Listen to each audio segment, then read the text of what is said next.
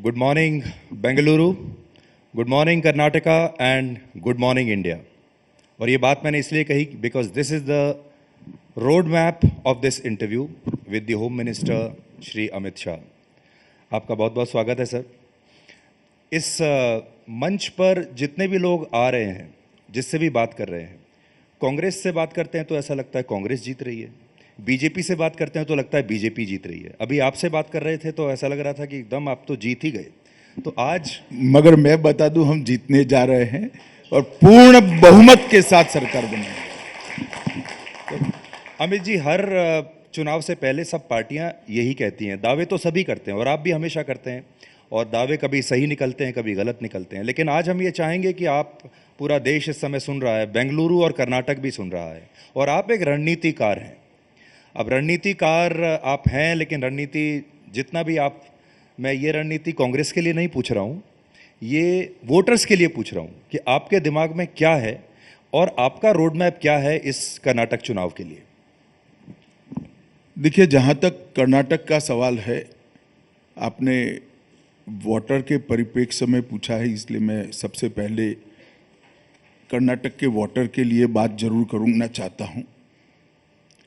किसी भी राज्य के विकास के लिए ऐसी पार्टी को चुनना बहुत जरूरी है जो सामाजिक रूप से राज्य का एकीकरण कर कर सामाजिक न्याय में विश्वास रखती हो, सांस्कृतिक पुनरुत्थान और संस्कृति को मजबूत करना चाहती हो, गरीबी उन्मूलन के माध्यम से जनता के बीच में आर्थिक स्तर में समानता लाने का प्रयास करने वाली पार्टी हो, और चौथा, समग्र दृष्टि से विकास को आगे ले जाने वाली पार्टी हो।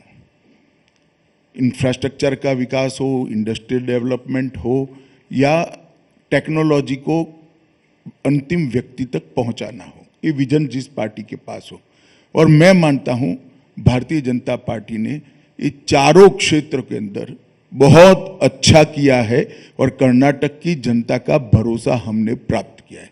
सबसे पहले मैं कहना चाहूँगा, जहाँ तक सामाजिक दृष्टि से न्याय का सवाल है, कर्नाटक के अंदर कांग्रेस सरकार ने गैर संवैधानिक तरीके से 4% मुस्लिम आरक्षण कर रखा था। मैं गैर संवैधानिक तरीके से इसलिए कहना चाहता हूं कि हमारा संविधान धर्म के आधार पर आरक्षण को, रिजर्वेशन को सहमति नहीं देता है, परंतु कर्नाटक में कर रखा था। कर्नाटक सरकार ने ये 4% मुस्लिम आरक्षण को समाप्त कर SC, ST, वोकलिगा और लिंगायत चारों बड़े समुदाय को, मतलब OBC, ये सभी समुदाय के आरक्षण को बढ़ाने का काम किया है। तो जो स्पेशल राजनीतिक फायदा लेने के लिए स्पेशल फेवर थी, उसको हमने समाप्त किया है, संविधान को ऑर्डर में लाने का काम किया है, और जिनका अधिकार था उनको देने का भी काम किया है। दूसरी बात मैं जरूर कहना चाहूंगा कि इस देश के अंदर 75 साल तक कई सरकारें ऐसी चली जिसने 2 देश बना दिए थे। 80 करोड़ लोग एक और थे, 50 करोड़ लोग एक और थे। 80 करोड़ लोग ना तो देश के अर्थतंत्र का हिस्सा थे, ना वो अपने आप को देश के राजनीतिक कार्यक्रमों में, मतलब चुनाव में, अपने आप को एक बड़ा बेनिफिशियरी देखते थे। ना उनके पास पीने का पानी था, ना स्वास्थ्य की सुविधाएं थी, ना घर था। घर था तो घर में बिजली नहीं थी, बिजली थी तो टॉयलेट नहीं था, गैस का नामो निशान नहीं था, खाने को अनाज नहीं था। आज मैं आंकड़ों के साथ कर्नाटक की जनता को बताना चाहता हूं, नरेंद्र मोदी सरकार आने के बाद 9 साल के अंदर हमने हर किसान को, 54 लाख किसानों को हर साल, नरेंद्र मोदी सरकार और मुंबई सरकार मिलकर हर साल 10,000 रुपया देती है, और लगभग 10,000 करोड़ रुपया हमने किसान के बैंक अकाउंट में सीधा डालने का काम किया। इसके साथ साथ लगभग आयुष्मान भारत योजना से 1.38 करोड़ लोगों को हमने 5 लाख तक के सारे स्वास्थ्य के खर्चे की चिंता से मुक्त कर दिया है। आज वो व्यक्ति को 5 लाख तक का स्वास्थ्य का खर्चा नहीं करना है। इसके साथ साथ लगभग 9,700 करोड़ के खर्चा से 43 लाख घरों में पीने का पानी पहुंचा दिया है। हमने शौचालय 48 लाख घरों में आजादी के 70 साल के बाद टॉयलेट बनाने का काम किया है और लगभग 4 करोड़ लाभार्थी को प्रति व्यक्ति प्रति माह 5 किलो अनाज फ्री ऑफ कॉस्ट हम दे रहे हैं। 37 लाख गरीब महिलाओं को उज्ज्वला योजना का हमने कनेक्शन दिया है और 4,10,000 घर गरीबों को बना कर दिए हैं। इससे ये पूरे कर्नाटक की लगभग 1 करोड़ की आबादी को ऐसा लगता है कि कोई सरकार हमारा सोच रही है। और मैं कैटेगोरिकली कहना चाहता हूं कर्नाटक की जनता को, वो तभी संभव है जब डबल इंजन सरकार हो। ऊपर नरेंद्र मोदी की सरकार है और नीचे भी भारतीय जनता पार्टी की सरकार हो, तभी संभव है। क्योंकि कई राज्य सरकारों का हमारा अनुभव है कि नरेंद्र मोदी जी को यश मिलेगा ऐसे भय से नरेंद्र मोदी जी की गरीब कल्याण की योजनाओं को वो नीचे नहीं पहुंचने देती। जैसे दिल्ली में आयुष्मान भारत की योजना दिल्ली वालों को नहीं मिल रही है क्योंकि केजरीवाल जी को डर है कि मोदी जी की पॉपुलैरिटी बढ़ेगी। किसान सम्मान निधि कई सालों तक बंगाल के किसानों को नहीं मिली क्योंकि ममता जी नहीं चाहती थी कि बंगाल के किसान के अकाउंट में मोदी जी का चेक जाए। इसी प्रकार से आयुष्मान भारत योजना बंगाल में इंप्लीमेंट नहीं हो रही है। तो डबल इंजन सरकार है तभी ये सारे बेनिफिट नीचे जा रहे हैं। लेकिन आपको ये 2 उदाहरण आपने दिए, वो दोनों मुख्यमंत्री ये कर रहे हैं लेकिन फिर भी लोकप्रिय हो रहे हैं, फिर भी जनता वहां की उन्हीं को वोट दे रही है, आपको नहीं दे रही। ये भी तो एक टिप्पणी है। नहीं, जरूर है, मगर आप ये नहीं देख रहे हैं दोनों जगह हमने हमारी स्थिति को बहुत इंप्रूव किया है। हमारी 2 सीटें थी, आज बंगाल में 77 सीटें थी। हमारी 1 ही सीट थी लोकसभा की, आज बंगाल में 18 है। और लिख कर रखना 24 के चुनाव में हम 35 से ज्यादा सीटें बंगाल में जीत कर आए और दोनों बार 6 की 6 लोकसभा सीटें दिल्ली की भारतीय जनता पार्टी ने। अमित जी, जो अभी आपने बताया उसके हिसाब से तो कर्नाटक में 80% वोट शेयर आपका होना चाहिए। जी नहीं, मैं ये नहीं कहता कि जिनको लाभ मिला है वो सारे के सारे लोग हमें वोट देंगे, ऐसा हो भी नहीं सकता, होना भी नहीं चाहिए। परंतु इससे एक सकारात्मक वातावरण बना है। ये 1 करोड़ लोग निश्चित सोचते हैं कि 70 साल तक हमारा कोई नहीं सोचता था और 70 साल में क्यों टॉयलेट नहीं मिला, क्यों घर नहीं मिला, क्यों लाइट नहीं मिली, क्यों गैस नहीं मिला, क्यों हमें हेल्थ का इंश्योरेंस नहीं मिला था। अब मिला है और वो इसलिए मिला है कि यहाँ डबल इंजन सरकार है। मैं कर्नाटक की जनता को करबद्ध निवेदन करना चाहता हूं कि डबल इंजन सरकार का आपका एक्सपेरिमेंट आप दोहराइए और भारतीय जनता पार्टी को पूर्ण बहुमत के साथ मोदी जी पर भरोसा कर वोट दीजिए। आपने डबल इंजन की सरकार की बात कही, लेकिन उसी सरकार पर 40% कमीशन का भी आरोप लगता है। तो एक तरफ है 40% कमीशन, दूसरी तरफ है डबल इंजन सरकार। जनता कंफ्यूज होगी, अब क्या कहेंगे आप? देखिए, ये बिल्कुल निराधार आरोप है कहीं पर भी, और ये आरोप जब से हमारी सरकार बनी है तब से लगते हैं। कहीं पर भी किसी भी एक केस के अंदर ये सिद्ध नहीं हो पाया है। ऐसा नहीं है कि कंप्लेंट्स नहीं हुए, ऐसा नहीं है कि एफआईआर नहीं हुए, और ऐसा नहीं है कि कोर्ट के सामने मामले गए हैं। कहीं पर भी कोई आरोप सिद्ध नहीं हो पाया। एक कांग्रेस के करप्शन को छिपाने के लिए कांग्रेस ने उल्टा चोर कुटवाल को डांटे, इस उक्ति को सही ठहराते हुए हम पर आरोप चिपकाने का प्रयास किया है। कर्नाटक की जनता इसको बहुत अच्छे तरीके से जानती है और चुनाव आने दीजिए, दूध का दूध पानी का पानी निश्चित हो जाएगा। सुधीर जी, मैं सिरे से ये आरोप को खारिज करना चाहता हूं, कहीं पर भी ऐसा नहीं हुआ है। ये आरोप केवल और केवल अपनी एटीएम पॉलिसी को छिपाने के लिए कांग्रेस ने बनाया है।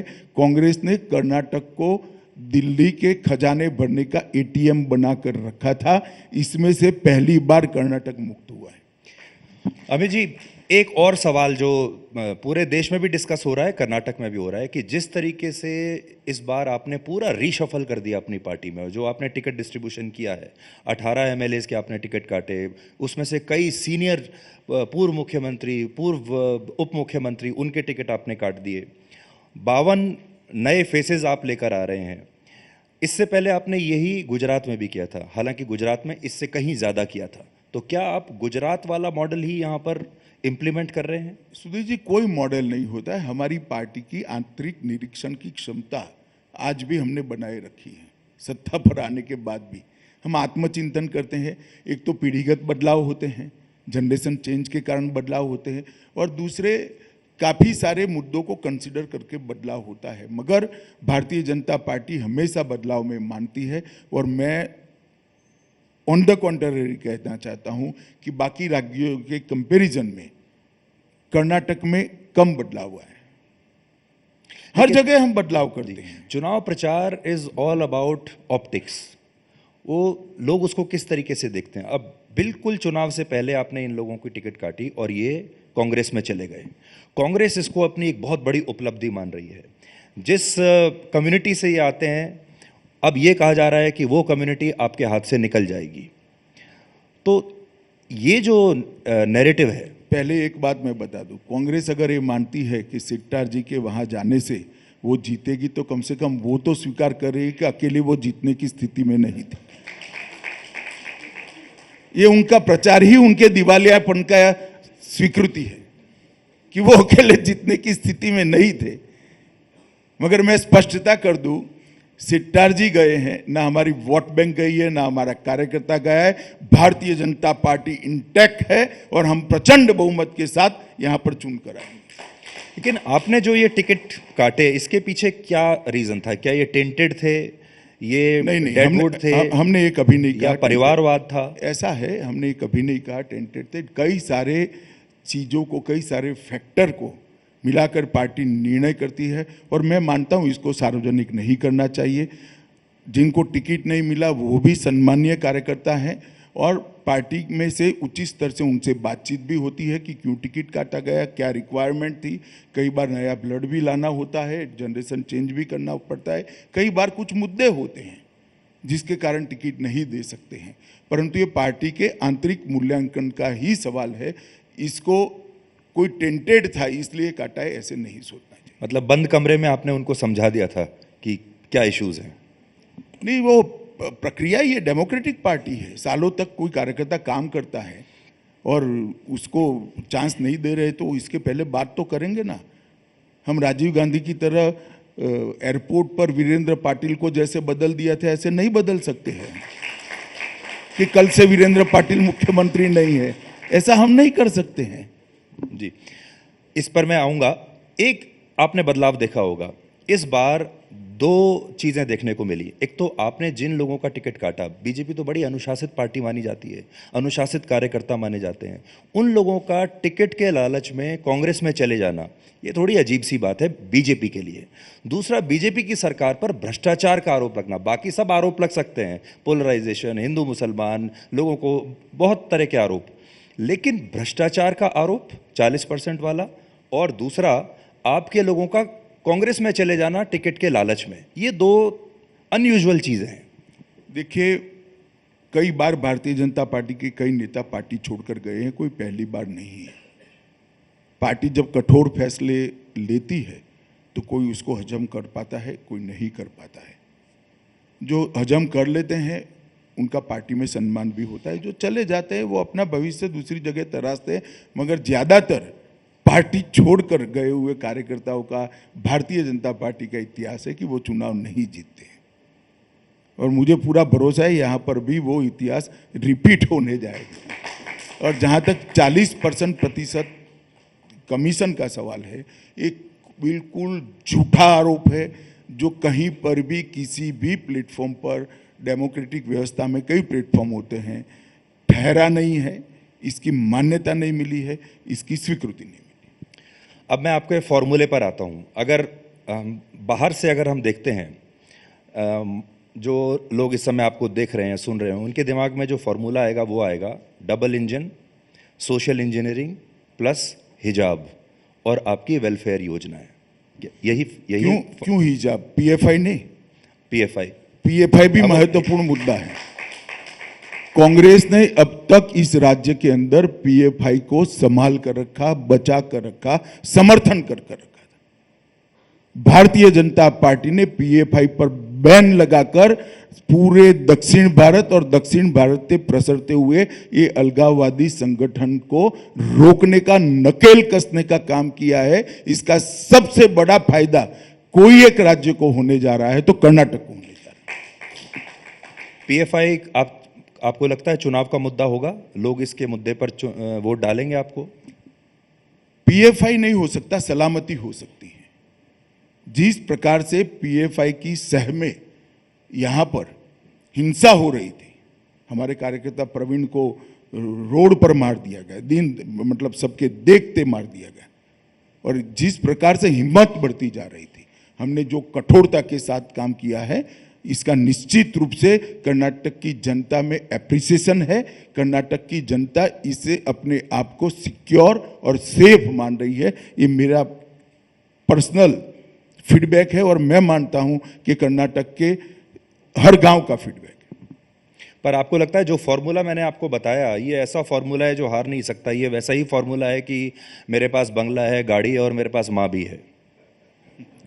चलिए, आप अलग अलग तरीके से कह सकते हैं, मगर हमारा प्रयास होता है कि विकास को मुख्य मुद्दा बनाते हुए समाज जीवन के अंदर जितनी भी चीजें जनता को तकलीफ देती है, वो सभी चीजों को एक एक कर निरस्त करते जाना और एक खुशहाल समाज का निर्माण करना।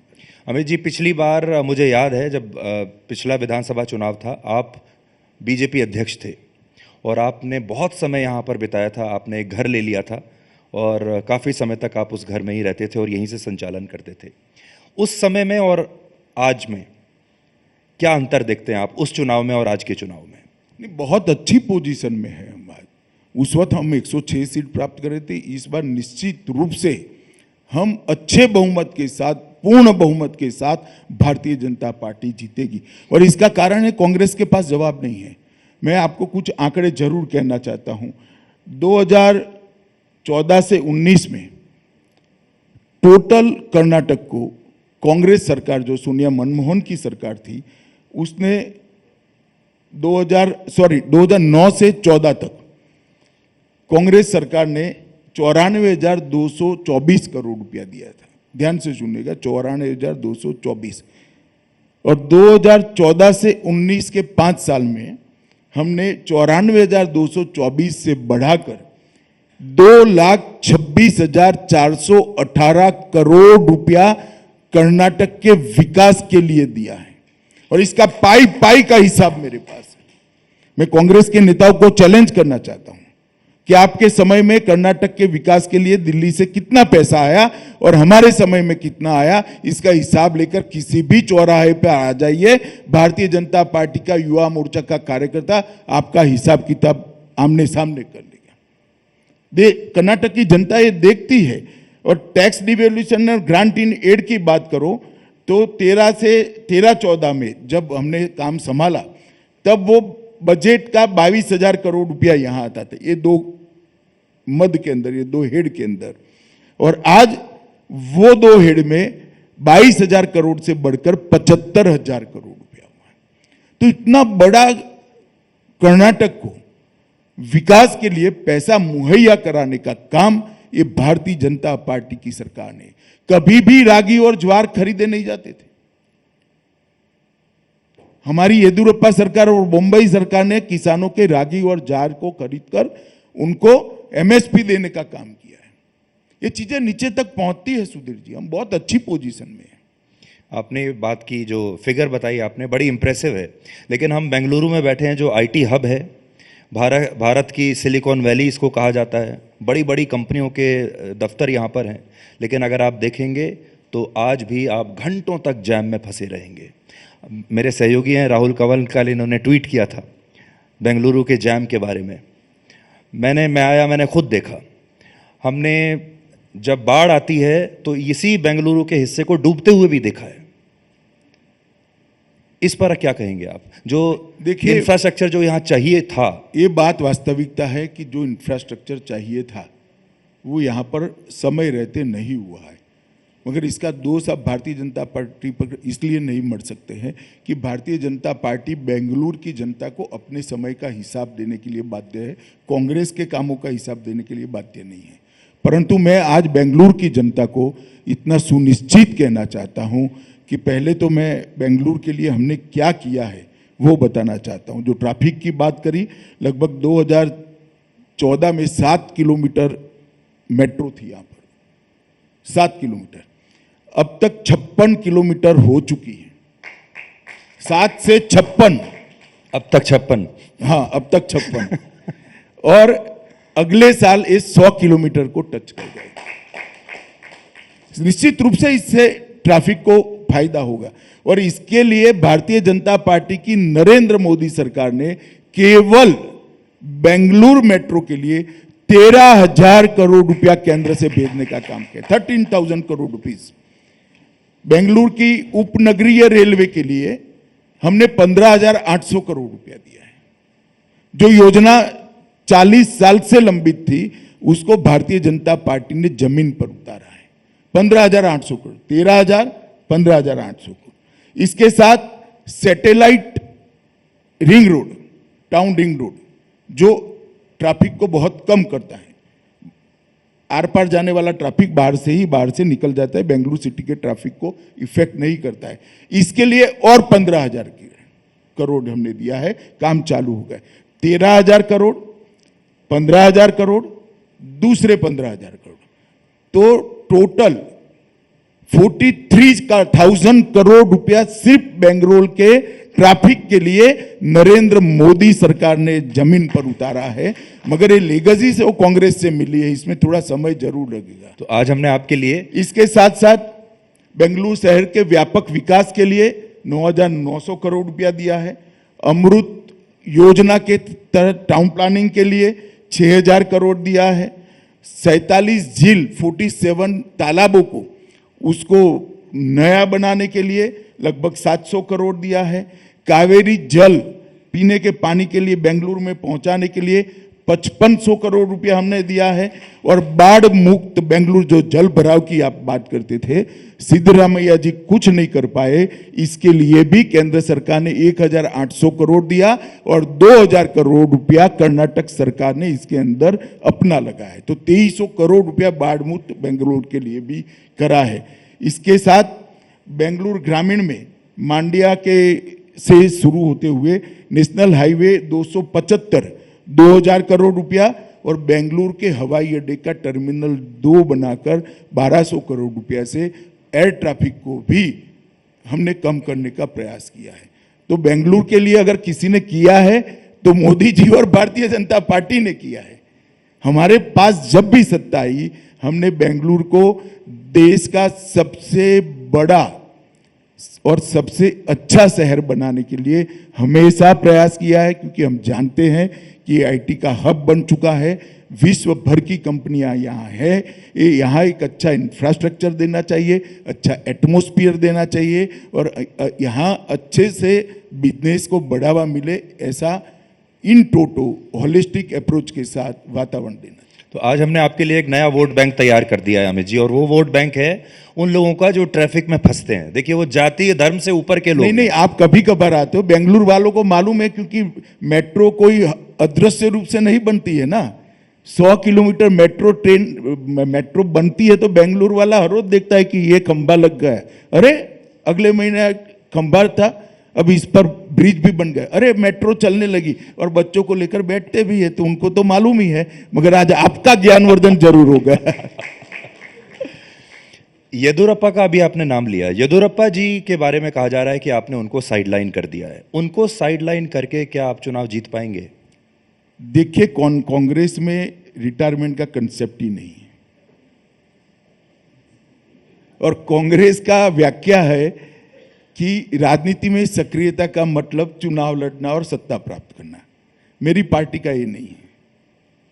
येदियुरप्पा जी आज भी हमारे नेता है, सेंट्रल पार्लियामेंट्री बोर्ड के सक्रिय सदस्य है। उन्होंने स्वयं उम्र होने के कारण दूसरे को मौका देने का जेस्चर बताया है। और आज भी मुझसे भी ज्यादा ऊर्जा के साथ अगर कोई कर्नाटक में भाजपा की सरकार बनाने के लिए मेहनत और प्रयास कर रहा है तो वो श्री येदियुरप्पा जी कर रहे हैं। क्या ये कहना सही मगर राजनीति के अंदर सक्रियता की व्याख्या सिर्फ चुनाव लड़ना ये मेरी पार्टी में नहीं है। ढेर सारे कार्यकर्ता बूथ से लेकर राष्ट्रीय स्तर पर ऐसे हैं जो शायद कभी चुनाव नहीं लड़ेंगे, परंतु मेरी आइडियोलॉजी के लिए, देश के विकास के लिए और भारतीय जनता पार्टी को जिताने के लिए वो इतना ही परिश्रम करते हैं जितना मोदी जी करते हैं। ये कहना सही होगा कि आपने उनको कर्नाटक के मार्गदर्शन मंडली में डाल दिया है? देखिए, मुझे मालूम नहीं है सुधीर भाई, आप जैसे जर्नलिस्ट राजनीति के अंदर सत्ता के बाहर भी पॉलिटिक्स में बाहर रहकर भी पॉलिटिक्स में एक्टिव रहने की बात को अच्छा मानते हैं या बुरा मानते हैं। ये मार्गदर्शक, ये व्यंग्यात्मक शब्द जो है, मैं मानता हूं दूसरी पार्टियों ने इसको सीखना चाहिए। राजनीति के अंदर सिर्फ सत्ता के लिए काम करना है क्या? पार्टी की आइडियोलॉजी कोई चीज नहीं होती है, पार्टी का संगठन कोई चीज नहीं होता है। किस प्रकार की राजनीति हम देश में बनाना चाहते हैं? स्वयं के लिए काम करना हमारी पार्टी की राजनीति नहीं है। हमारी पार्टी में ढेर सारे नेता हैं जो हंसते हंसते पार्टी के लिए और देश के लिए सालों तक काम करते हैं जबकि उनको कुछ नहीं मिलता है। और मैं जानता हूं ऐसे लोगों को, बड़ी फौज है ऐसे लोगों की। और मैं एक्नॉलेज करता हूं इस मंच पर से कि आज भारतीय जनता पार्टी 2 सीट से लेकर 304 सीट पर पहुंची है तो वो तपस्वी कार्यकर्ताओं के कारण ही पहुंची है, इनके कारण पहुंची। हम जहां बैठे हैं इसे गेटवे ऑफ साउथ इंडिया कहा जाता है। आपके लिए भी ये दक्षिण भारत का एक गेटवे की तरह है। और कर्नाटक में अगर दक्षिण भारत के राज्यों में मैं जो आंकड़े लेकर आया हूं, लोकसभा की कुल मिलाकर 129 सीटें हैं, जिसमें से आपने 29 जीती थी। और इस बार अगर आपको दोबारा से जो आपने लक्ष्य रखा है अपना, अगर आपको 300 के ऊपर जाना है तो आपको दक्षिण भारत की सीटों में अपनी संख्या ज़रूर बढ़ानी पड़ेगी। लेकिन यहाँ अगर आप देखेंगे अमित जी, तो कर्नाटक में आपकी 25 थी और तेलंगाना में 4 थी, बाकी जगह सब जगह शून्य है। तो आपको ऐसा लगता है कि कर्नाटक में इस बार जो आप परफॉर्म करेंगे उससे आपको बाकी के साउथ इंडिया के राज्यों में भी आपके लिए नए दरवाजे खुलेंगे? निश्चित रूप से मैं कर्नाटक भर के भारतीय जनता पार्टी और भारतीय जनता पार्टी के विचारधारा और श्री नरेंद्र मोदी के समर्थकों को करबद्ध निवेदन करने आया हूं। कर्नाटक का चुनाव बहुत महत्वपूर्ण है और हम भी मानते हैं कि कर्नाटक भारतीय जनता पार्टी के लिए दक्षिण का प्रवेश द्वार है। कृपया हमारा समर्थन करिए। कर्नाटक और तेलंगाना दोनों जगह पूर्ण बहुमत की भारतीय जनता पार्टी की सरकार इस बार बनने वाली है और यहीं से हम दक्षिण के अंदर एंटर करेंगे। अगर मैं वोट शेयर की बात करूं, जो आप बता रहे हैं, कर्नाटक में अगर आप देखें तो सब कुछ ऐसा लगता है जैसे स्टेटस को है। आपका भी वोट शेयर लगभग 36%, 35%, 34% ऐसे रहता है विधानसभा में। और कांग्रेस का भी कंसोलिडेटेड है, 35%, 36% इसके आसपास रहता है। ये सब करने के बाद भी आप कांग्रेस के वोट शेयर को तोड़ क्यों नहीं पाए? अभी भी लगातार कंसिस्टेंटली कंसोलिडेटेड है। नहीं, आप सिर्फ विधानसभा के चुनाव देख रहे हैं। लोकसभा के चुनाव में हमने 50% को छू लिया है। हाँ, बिल्कुल। आपने लोकसभा की मेरी बात सुनिए ना जी। अब यहां पर डबल इंजन की सरकार के सुफल कर्नाटक की जनता ने देखे भी है, चखे भी है। मुझे पूरा भरोसा है कि इस चुनाव में हम लोकसभा चुनाव और विधानसभा के चुनाव के हमारे वोट शेयर के बीच में जो अंतर है उसको काफी हद तक पाट लेंगे और हमारा वोट शेयर निश्चित रूप से बढ़ेगा।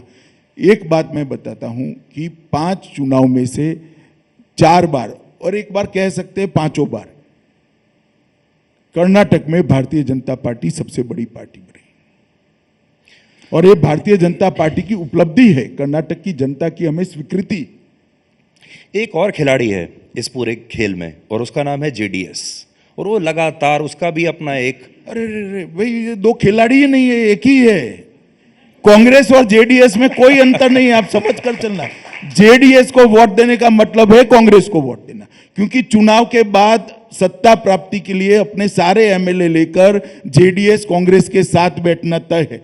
गत चुनाव में आप देखिए, कर्नाटक की जनता ने सबसे बड़ी पार्टी बनाया भारतीय जनता पार्टी को, दूसरे नंबर की पार्टी बनाया कांग्रेस को।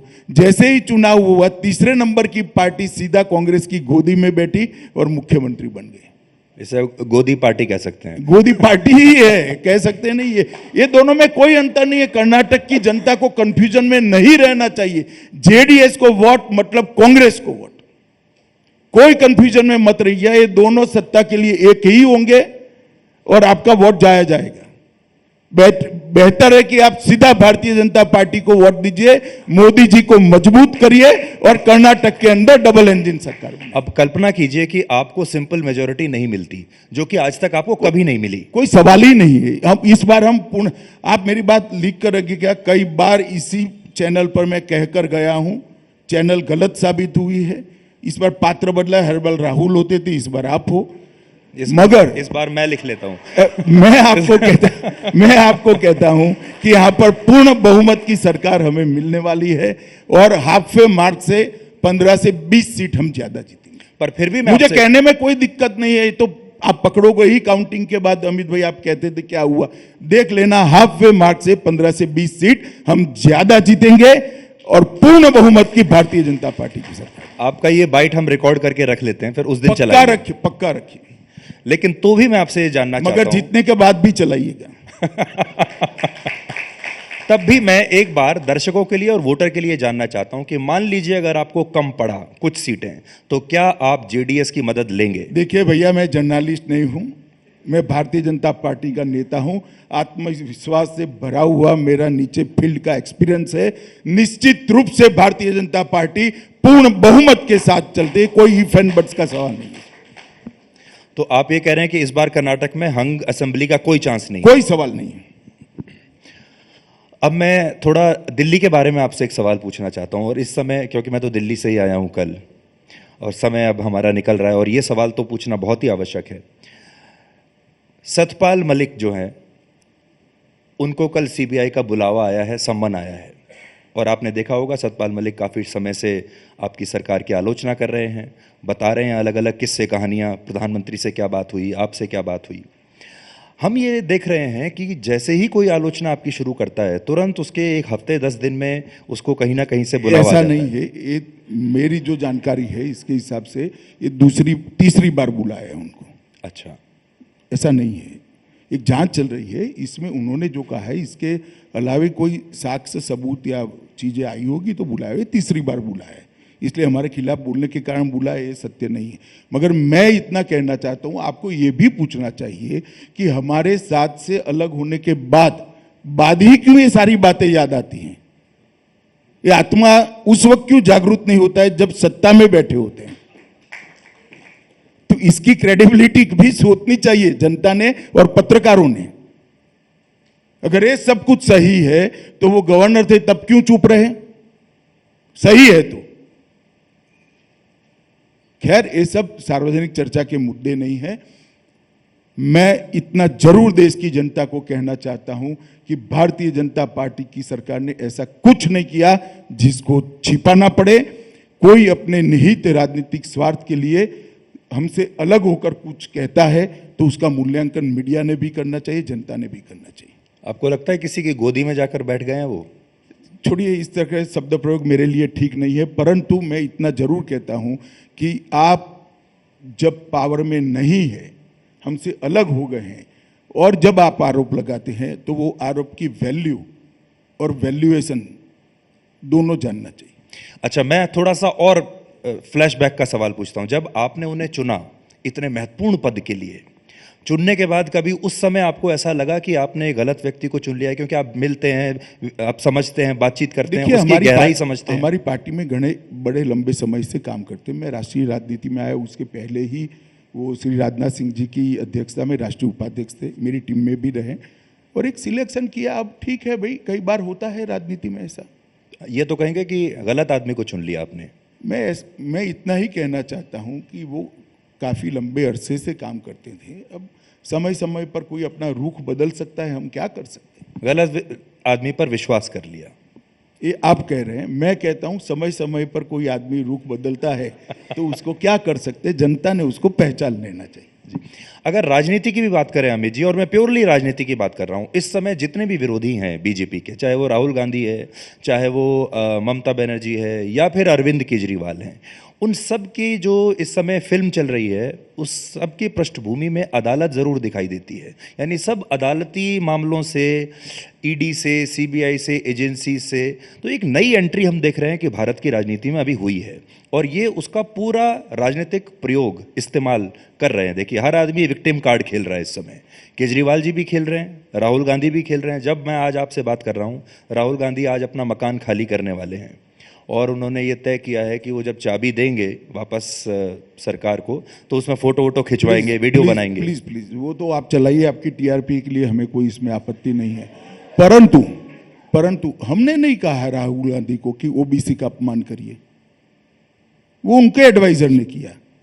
सजा हम कर नहीं सकते, माफी न मांगने का फैसला हम नहीं कर सकते, वो राहुल गांधी जी ने करा। देश का कानून उनके समय में बना है, इसको मनमोहन सिंह जी बदलना चाहते थे, उन्होंने अपना ऑर्डिनेंस फाड़ डाला। अब जब उन पर गाज गिरती है तो इतना बेचारा नहीं बनना चाहिए। और मैं स्पष्ट कर देना चाहता हूं, किसी ने ऐसा नहीं मानना चाहिए कि इस देश में कानून के ऊपर कोई भी है। कोई परिवार कानून के ऊपर नहीं है, कानून सबके ऊपर है, सबको अप्लाई होता है।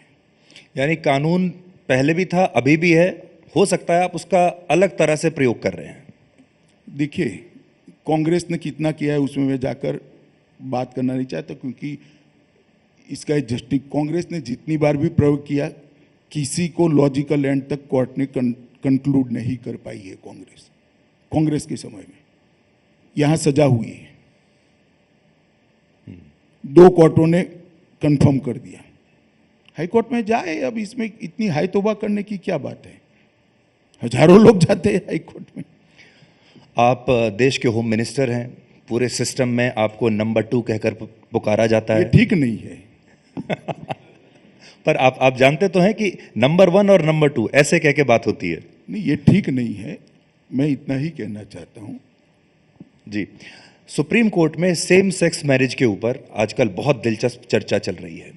सरकार उसका विरोध कर रही है सुप्रीम कोर्ट में भी, लेकिन ऐसा लगता है कि सुप्रीम कोर्ट का जो बेंच है वो काफ़ी नए नए लॉजिक्स लेकर आ रहा है कि क्यों ये हमारे देश में होना चाहिए। इस पर आपकी क्या राय है देश के गृह मंत्री होने के नाते? देखिए, सरकार ने अपना रुख शपथ पत्र के माध्यम से, एफिडेविट के माध्यम से सुप्रीम कोर्ट में हमने स्पष्टता से रख दिया है। हम ऐसा मानते हैं कि इस शपथ पत्र अपने आप में स्वयं स्पष्ट है। अभी सुप्रीम कोर्ट जब बहस कर रही हो तब देश की कैबिनेट के एक मंत्री नाते मेरा कोई टिप्पणी करने का औचित्य नहीं है। हमारे जो लॉ ऑफिसर है वो सुप्रीम कोर्ट में सरकार का जो पक्ष है रखेंगे, रखा भी है, सार्वजनिक है। सुप्रीम कोर्ट की टिप्पणियां भी सार्वजनिक है और मांग करने वाले की मांग भी सार्वजनिक है। लेट अस सी सुप्रीम कोर्ट क्या करता है, परंतु हमने हमारा शपथ पत्र के माध्यम से पक्ष रख दिया है कि हम इससे सहमत नहीं हैं। आपका पक्ष ये भी है कि ये लोगों से जुड़ा हुआ मामला है, ये एक एलिटिस्ट जो है विचारधारा है कुछ मुट्ठी भर लोगों की, और इसका तय करने का अधिकार लोगों का या फिर लोगों द्वारा चुने गए प्रतिनिधि का होना चाहिए। नहीं, हमने ये भी कहा है इस पर व्यापक बहस, सामाजिक बहस भी होनी चाहिए, क्योंकि एक बहुत बड़ा बदलाव है। ये भी कहा है कि विधानमंडलों ने और संसद ने इस पर सोचना है, परंतु मेरी इस पर कोई टिप्पणी करना उचित नहीं होगा। हमारा शपथ पत्र जो है, हमारा जो एफिडेविट है, बड़ा स्पष्ट है और एफिडेविट सार्वजनिक है। आप पिछले हफ्ते अरुणाचल प्रदेश गए, चीन को बड़ी आपत्ति हुई, और उस समय चीन ने कुछ स्थानों के नाम भी बदल दिए थे उससे 1-2 दिन पहले। पर जो बयान आपने अरुणाचल प्रदेश में रहते हुए चीन के लिए दिया, वो बहुत सख्त बयान था, जिसमें आपने कहा था कि 1 इंच ज़मीन भी हम किसी पर कब्जा होने नहीं देंगे। इस समय चीन के साथ हमारा जो संबंध है, खास तौर पर अरुणाचल प्रदेश को लेकर, और आप वहाँ पर जो गए, आपका क्या अनुभव है और क्या मंशा से आपने जो बात वहाँ कही थी वो हमारे साथ? मैंने जो बयान दिया है पहली बार नहीं दिया है, मैंने देश की पार्लियामेंट में भी कहा है, मेरे पहले भी कई सारे नेताओं ने देश की पार्लियामेंट में कहा है, मैंने यही कहा है, भारत की 1 इंच जमीन हम किसी को लेने नहीं देंगे। अरे हमारी सरकार की फिलसॉफी है, देश के प्रधानमंत्री का दृढ़ निश्चय है कि इस देश की 1 इंच जमीन पर कोई कब्जा नहीं कर सकता है। देश के प्रधानमंत्री की फिलसॉफी है, मेरी सरकार की फिलसॉफी है, और मैंने इसको पार्लियामेंट में भी कहा है और देश के हर हिस्से में मैं कहूंगा, ये मेरा अधिकार है। आपने दिल्ली में कहा है, बिल्कुल बात सही है, लेकिन इस बार आपने उस जगह पर जाकर कहा जिसे चीन अपनी भूमि मानता है। मैं मानता हूं अरुणाचल भारत का हिस्सा है। एक सवाल और आपसे ये जानना चाहते हैं, यूनिफॉर्म सिविल कोड की अमित जी बहुत चर्चा हो रही है अचानक से। क्या यूनिफॉर्म सिविल कोड पर सरकार कुछ नए सिरे से विचार कर रही है? बिल आएगा अगले लोकसभा सत्र में। यूनिफॉर्म सिविल कोड होना चाहिए, ये संविधान सभा का मत है, संविधान का हिस्सा है। जब भी उचित समय आए, देश के विधानमंडल और देश की संसद ने यूनिफॉर्म सिविल कोड पर विचार करना चाहिए। डायरेक्टिव प्रिंसिपल्स में हमारी संविधान सभा में ये संविधान के अंदर लिखा है। बहुत समय से नहीं हो सकती थी, देश की कई हाई कोर्ट्स ने, देश की सुप्रीम कोर्ट ने भी देश के विधानमंडल और देश की संसद को कहा है कि इस पर विचार करना चाहिए। उत्तराखंड, गुजरात और उत्तर प्रदेश, 3 राज्यों ने इस पर कमेटी बनाने का फैसला किया है। कमेटी अपना काम कर रही है और भारतीय जनता पार्टी स्पष्ट रूप से मानती है, हमारा चुनावी एजेंडा भी है, घोषणा पत्र का हिस्सा हमेशा से रहा है, इस देश में कॉमन सिविल कोड होना चाहिए। परंतु हम चाहते हैं इस पर व्यापक बहस हो, व्यापक चर्चा होनी चाहिए, क्योंकि बहुत सारे लोगों का इसमें राय महत्वपूर्ण है। तो एक कमेटी सुप्रीम कोर्ट के निवर्तमान जज साहिबा की अध्यक्षता में बनी है, वो कमेटी अपनी रिपोर्ट देगी, उत्तराखंड सरकार इस पर चर्चा करेगी या तो कानून बनाएगी, उसके बाद में जो बहस होगी उसके बाद में हम सोचेंगे आगे। क्या अगले लोकसभा चुनाव से पहले? देखिए, मैंने कहा ना, इस पर व्यापक बहस की जरूरत है। अभी 3 विधानमंडलों ने ये फैसला लिया है, 3 सरकारों ने लिया है, एक बार वहां पर होने दीजिए। 2 दिन पहले हमारे 5 जवान शहीद हुए जम्मू कश्मीर में, और अब हमें ये पता चल रहा है कि बिलावल भुट्टो भी G20 की बैठक, G20 में नहीं, माफ़ कीजिएगा, SCO समिट में शामिल होने के लिए भारत आ रहे हैं। ये दोनों अलग अलग चीज़ें हैं। एक तरफ वो हमला भी कर रहे हैं, दूसरी तरफ भारत में भी आ रहे हैं। तो उनका यहाँ आना, पाकिस्तान के विदेश मंत्री का भारत में आना, क्या आप मानते हैं नई शुरुआत है? नहीं, अंतर्राष्ट्रीय मंच पर पहले भी आते रहे हैं। अभी SCO के डिजास्टर मैनेजमेंट मंत्रियों की मीटिंग थी, मैं ही इसको चेयर कर रहा था, तो ऑनलाइन पाकिस्तान के मंत्री जुड़े ही थे। ये अंतर्राष्ट्रीय मंच है, मानो UN की कोई मीटिंग होगी या G20 की मीटिंग होती है, सब उनका मिलना स्वाभाविक है। इस तरह से कोई अलग थलग रहकर दुनिया में नहीं रह सकता। परंतु भारत की सीमा के अंदर किसी भी हमले का मुंह तोड़ जवाब देना, ये हमारा अधिकार है और हम इसको मुंह तोड़ जवाब देंगे।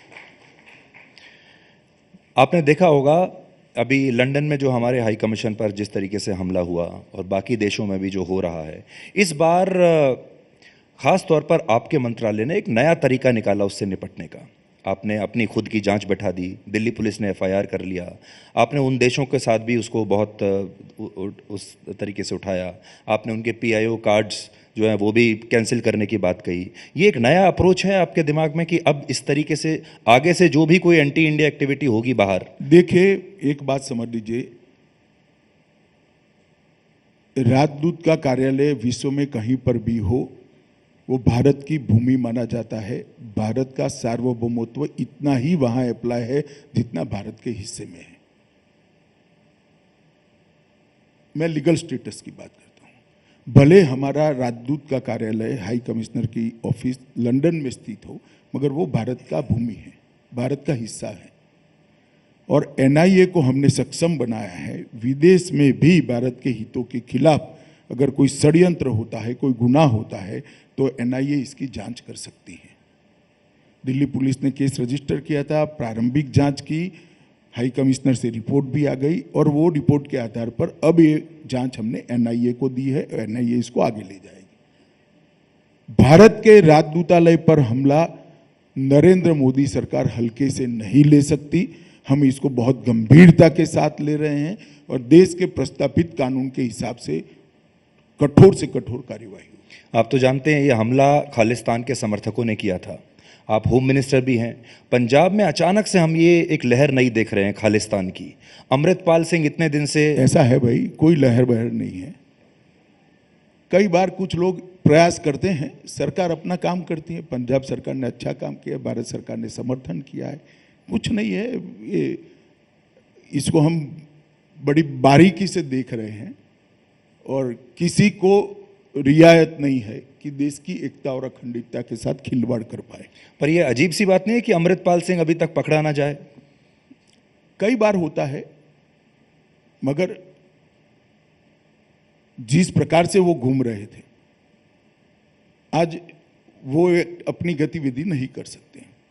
जी, अब क्योंकि समय हमारा समाप्त हो रहा है, एक सवाल मैं आपसे ये जानना चाहता हूं अमित जी, क्योंकि लोकसभा चुनाव में अब 1 साल के करीब समय लगा है। इस बार जो हम नई जो चीज़ देख रहे हैं वो ये है कि प्रधानमंत्री मोदी पर अब निजी हमले होने शुरू हो गए हैं। इससे पहले निजी तौर पर हमले नहीं होते थे। 2 हमले बहुत हुए इस बार। एक भ्रष्टाचार को लेकर, अरविंद केजरीवाल तो सीधा नाम लेकर बोल रहे हैं, राहुल गांधी बोल रहे हैं, और दूसरा डिग्री को लेकर। ये जो निजी हमला हो रहा है ये आपके पक्ष में जाएगा या ये आपको नुकसान करेगा? देखिए, मोदी जी पर ये नई बात नहीं है निजी हमले करना। इसकी शुरुआत मौत के सौदागर कर श्रीमती सोनिया गांधी ने करी थी। तब से लेकर जब जब मोदी जी पर निजी हमले किए और एक स्तर के नीचे की भाषा में बात की, मोदी जी हमेशा और मजबूत होकर बाहर आए हैं। जनता ने उनका और समर्थन किया है। निजी हमले करने से कुछ नहीं होता। जनता बारीकी से हर चीज़ों को देखती है, सत्य क्या है वो भी जानती है। जनता के करोड़ों कान और करोड़ों आँख होते हैं, हर बात को सुनती है, हर बात को देखती है। हमारे बोलने से कुछ नहीं होता है। फैसला देश की जनता ने करना है। देश में लोकतंत्र है, हर एक व्यक्ति को अपना मत व्यक्त करना है और मुझे पूरा भरोसा है 24 में 300 से ज़्यादा सीटों के साथ फिर एक बार भारतीय जनता पार्टी की सरकार बनेगी। पर राजनीति में भी एक लक्ष्मण रेखा होती है अमित जी। आपको ऐसा महसूस हुआ कि हाल के दिनों में वो लक्ष्मण रेखा क्रॉस हुई है? दिल्ली विधानसभा में भी क्रॉस हुई है। क्रॉस हुई है, मगर इसका फैसला भी जनता ने ही करना है। मैं मेरी पार्टी का जिम्मा ले सकता हूं। हमारे कोई नेता, हमारे कोई कार्यकर्ता अगर लक्ष्मण रेखा का उल्लंघन करते हैं तो हमें उनको रोकना चाहिए, आपे में रखना चाहिए, कंट्रोल में रखना चाहिए। और पार्टी के नेताओं को हम नहीं रख सकते हैं। कानून कानून का काम करेगा, जनता जनता का काम करेगी और हम चुन कर आकर हमारा काम फिर से करेंगे। देश को मजबूत, सुरक्षित और समृद्ध बनाने का इसका मुझे पूरा भरोसा है। आखिरी सवाल मेरा ये है, अभी सिद्धारमैया जी यहाँ बैठे हुए थे तो लोग पूछ रहे थे, वो बता रहे थे कि वो डायबिटिक हैं और कैसे अब अपने सेहत का ध्यान रखते हैं। लेकिन मैंने भी ये नोट किया कि हर बार जब मैं आपका इंटरव्यू करता हूँ, हर बार आपका वज़न 5 किलो 10 किलो और कम मुझे मिलता है। नहीं, इतना ज़्यादा नहीं होता यार, ज़्यादा कम मत करो। परंतु मैं ध्यान जरूर रखता हूँ, इसका मुझे फायदा भी हुआ है और सबने रखना चाहिए। कैंपेन जब आप करते हैं इस तरीके की, तो क्या आपका रूटीन, आपका शेड्यूल जो है वो बदल जाता है? क्योंकि आपने 2 हैट पहने हैं, एक आप कैंपेन भी कर रहे हैं एक नेता के तौर पर और आप गृह मंत्री भी हैं। नहीं, शेड्यूल तो नहीं बिखरने देते, थोड़ी तकलीफ जरूर होती है, आराम का समय कम होता है, मगर करना पड़ता है। कैंपेन भी करना पड़ता है, शरीर का ध्यान भी रखना पड़ता है। तो एक दिन में कितने घंटे काम कर रहे हैं आजकल आप? कोई ऐसा सार्वजनिक बात करके, मैंने कहा ना, जनता सब देखती है, आप लोग भी देखते रहते हैं। हमारा जीवन में कुछ छुपा नहीं है, सिर्फ टॉयलेट छुपा है, बाकी सब सार्वजनिक है। पर मैंने देखा जनता देखती रहती। आप अपने बारे में बात करना थोड़ा अवॉइड करते हैं। आप अपने निजी जीवन के बारे में, अपने इस बारे में आप थोड़ा छुपा कर रखना चाहते हैं। जनता को सरोकार मेरे सार्वजनिक जीवन का है, मेरे विचारों का है, मेरी पार्टी की पॉलिसी का है और मेरे व्यक्तिगत जीवन में सार्वजनिक जीवन की सूचिता को मैं न तोड़ूं, इससे है। मेरा निजी जीवन निजी है और बहुत अच्छा है। नहीं, ये सवाल मैं आपसे कई बार इसलिए पूछता हूँ कि लोगों को ये लगे कि आप भी उनके जैसे ही हैं। नहीं, वो तो दिखता ही हूँ मैं। लोगों को कि वो हमारे जैसा आदमी है। तो अमित जी बहुत बहुत शुक्रिया आप यहाँ आए, और मैं उम्मीद करता हूँ कि दक्षिण भारत का ये जो नया गेटवे है ये आपका इंतज़ार करेगा। शुभकामनाएं बहुत बहुत आपको चुनाव के लिए, और ये गेटवे जो दरवाज़ा है इसका आकार और आपके लिए पिछले बार के मुकाबले और ज़्यादा बड़ा हो, यही हम शुभकामनाएं बहुत देते हैं। बहुत धन्यवाद सुखदेव जी आपका।